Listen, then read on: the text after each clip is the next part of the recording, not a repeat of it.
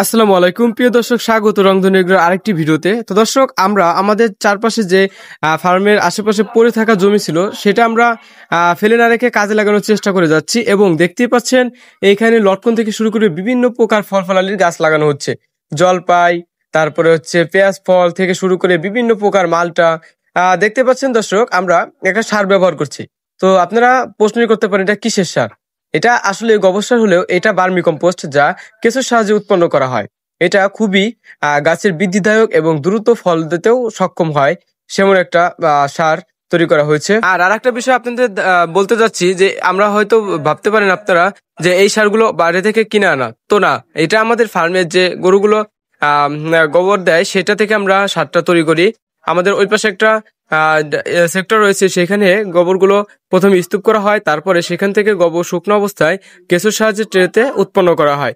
এটা বাংলাদেশে প্রচুর চাহিদা, দিন দিন আমাদের থেকে অনেকে সংগ্রহ করছে। আপনারাও চাইলে ডিসক্রিপশনে এই নাম্বারে যোগাযোগ করে আমাদের থেকে নিতে পারেন।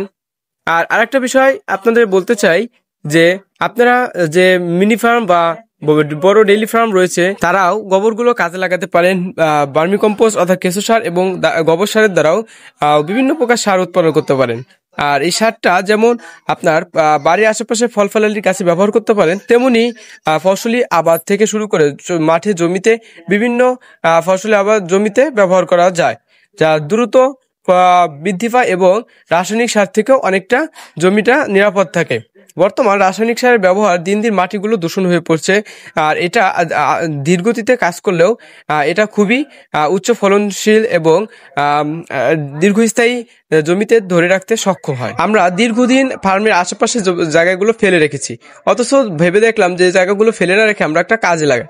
ইনশাল্লাহ আশা করছি সামনে ভবিষ্যতে আমরা কিছু ফল পাবো আপনাদের দোয়ায়। আর আরেকটা জিনিস দেখাতে যাই যে এখানে দেখতে পাচ্ছেন একটা গোবর স্তূপ রয়েছে বিরাট। এই বিশাল স্তূপ থেকে গোবরের সারগুলো শুকনো অবস্থায় নেওয়া হয় এবং পরবর্তীতে ভার্মি কম্পোস্ট ও গোবরের সারে রূপান্তর করা হয়। আর বিভিন্ন ফল ফলালির গাছের আশেপাশে আমাদের দেখতে পাচ্ছেন যে চারপাশে ঘেরা অবস্থায় থাকায় এটা বেশি একটা ক্ষতি করতে পারবে না। যেমন গরু বাছুর বা ছুটে আসা ছাগলও অনেক সময় খেয়ে ফেলে, সেটা আমরাও খেয়াল রাখার মাধ্যমে এটা পর্যবেক্ষণ করছি। দর্শক, আমরা শুধু গোবরের সার বা ভার্মি কম্পোস্টই উৎপন্ন করে থাকি না, আমাদের এই গোবর থেকে আমরা বায়োগ্যাসও উৎপন্ন করি। ওই সাইডে আমরা একটা বায়োগ্যাস সম্বন্ধে আমরা একটা ভিডিও তৈরি করেছি, জৈব শক্তি থেকে আমরা কিভাবে বায়োগ্যাস উৎপন্ন করা হয় সে বিষয়ে একটা আমরা ভিডিও বানিয়েছি, দেখেছেন।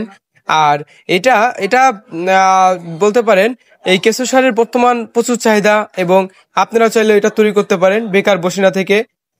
তো ধন্যবাদ, আমাদের সঙ্গে থাকবেন। আগামী অন্য কোনো ভিডিওতে দেখা হবে, এবং আমরা চাই যে আপনারাও অযথা বাড়িতে বা বেকার না থেকে আপনারা উদ্যোক্তা হয়ে উঠুন এবং দেশে দেশে সকলের প্রয়োজনে কাজে আসুন।